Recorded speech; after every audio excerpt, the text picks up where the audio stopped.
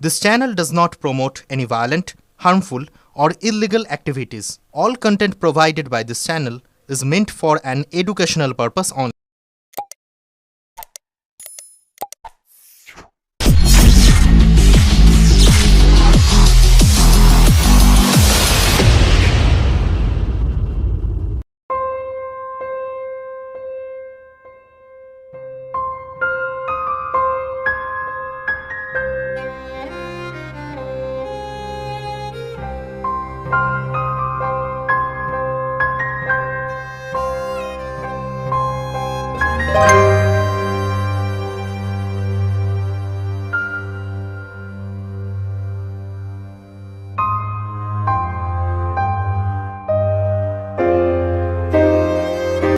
কোন্নগর পথ দুর্ঘটনায় মৃত কুকুরের শ্রাদ্ধ ঠাই বসে দেখলো মা।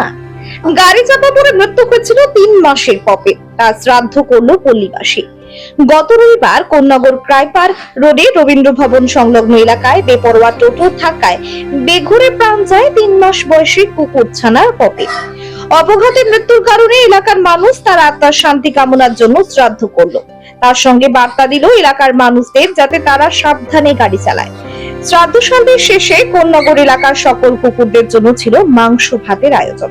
কোন্নগর রবীন্দ্র ভবন সংলগ্ন এলাকায় স্থানীয় মানুষজন ও ব্যবসায়ীরা এলাকার পথ কুকুরদের প্রতিদিন খেতে দেন, তাদের আদর যত্ন করেন। মাস তিনেক আগে এলাকার একটি কুকুরে 3টি শাবক হয়। তাদের মধ্যে একটি শাবককে বাঁচিয়ে তার যত্ন নিয়ে লালন পালন করছিলেন এলাকার মানুষেরা। স্থানীয় এক বাসিন্দা বাবুলাল মণ্ডল কুকুর বাচ্চাটিকে নিজের ছেলের মতন ভালোবাসতেন। গত রবিবার রাস্তা পার হতে গিয়ে বাচ্চা কুকুরটিকে পিষে দেয় একটি টোটো। মঙ্গলবার রাতে কুকুর শাবকের আত্মার শান্তির জন্য শ্রাদ্ধ অনুষ্ঠান করেন পল্লীবাসী।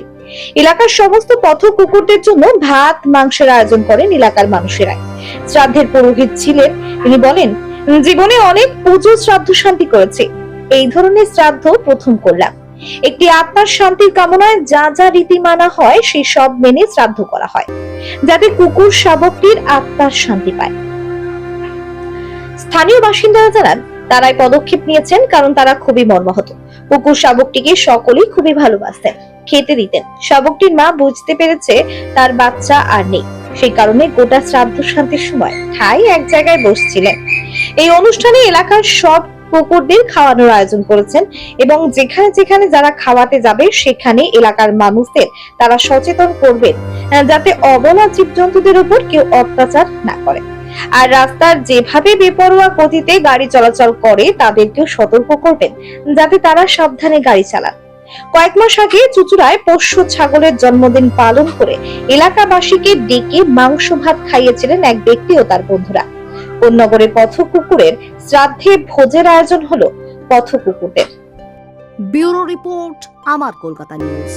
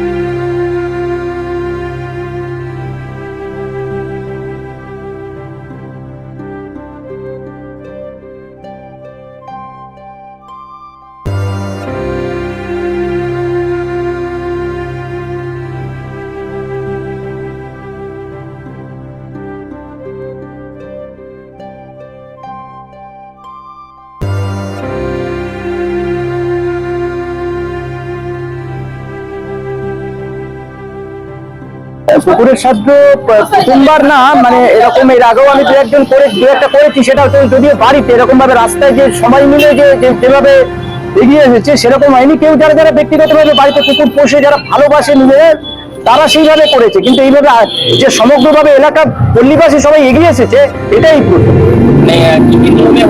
এটা শুনুন, অ্যাকচুয়ালি যেহেতু এটা মানে এখানে অনেক কুকুর প্রেমী আছে আমাদের এলাকাতে, তারা প্রত্যেকেই চাকরি বাকরি করে বা ব্যবসা বাণিজ্য করে, তাদের পক্ষে দিনের বেলায় সম্ভব হয় না।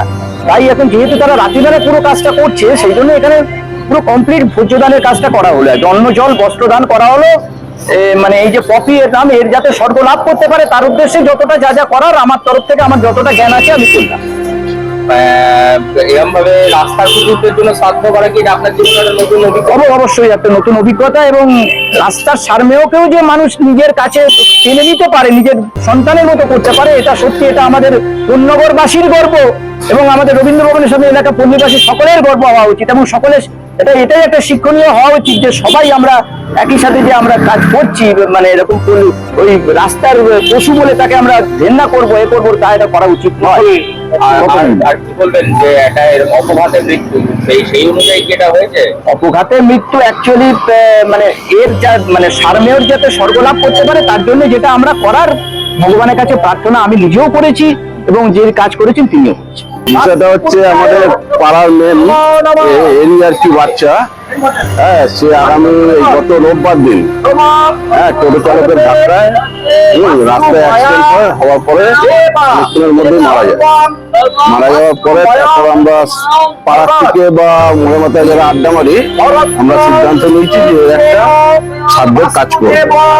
সেই ইয়েতে শ্রাদ্ধের কাজ করছি আমরা, এবং এর সঙ্গে আর একটা পাশে আমরা ইয়ে রেখেছি, আমাদের এই এলাকা আশপাশের যত এলাকার সমস্ত কুকুরকে আজকে আমরা মানে ডগিকে, সমস্ত ডগিকেই আমরা আজকে মাংস ভাত খাওয়াবো।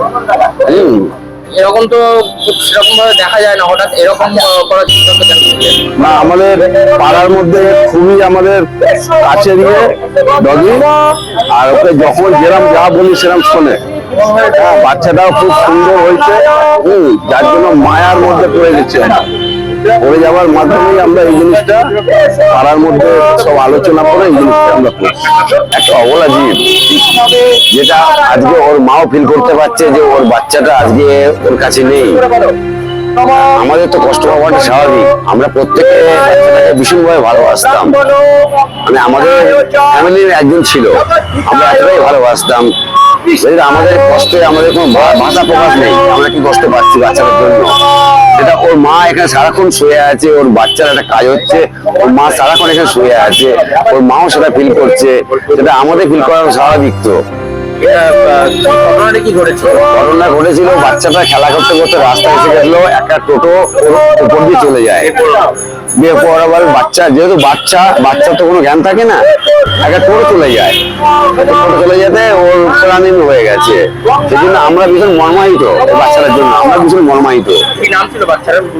বাচ্চাটাকে অ্যাকচুয়ালি আমাদের পালন করতো বাবুলাল মন্ডল। ও খাটে শুয়ে বড় হয়েছে, ওর নাম ছিল পপি। বাবুলাল মন্ডল ওকে নিজের বাচ্চার মতো লালন পালন করেছে একদিন বয়স থেকে। ওর নাম ছিল পপি। কত বয়স ছিল বাচ্চাটার? বয়স ওর 3 মাস বয়স। মানে আমি চাইবো সবাইকে যেন একটু সতর্ক হয়ে গাড়ি চালায়, যেন এরকম কোনো বাচ্চার যেন প্রাণ না যায়, কারোর যেন প্রাণ না যায়। একটা অবলা জীব বলে নয়, যে কারোর যেন প্রাণ না যায়। এটাই আমি সবার কাছে রিকোয়েস্ট করবো, সমস্ত গাড়িওয়ালাকে, সমস্ত পথচারীকে রিকোয়েস্ট করবো, এইভাবে যেন কারোর যেন প্রাণ না যায়। এটা আমার রিকোয়েস্ট, আমার তরফ থেকে রিকোয়েস্ট, যেন কারোর প্রাণ না যায়।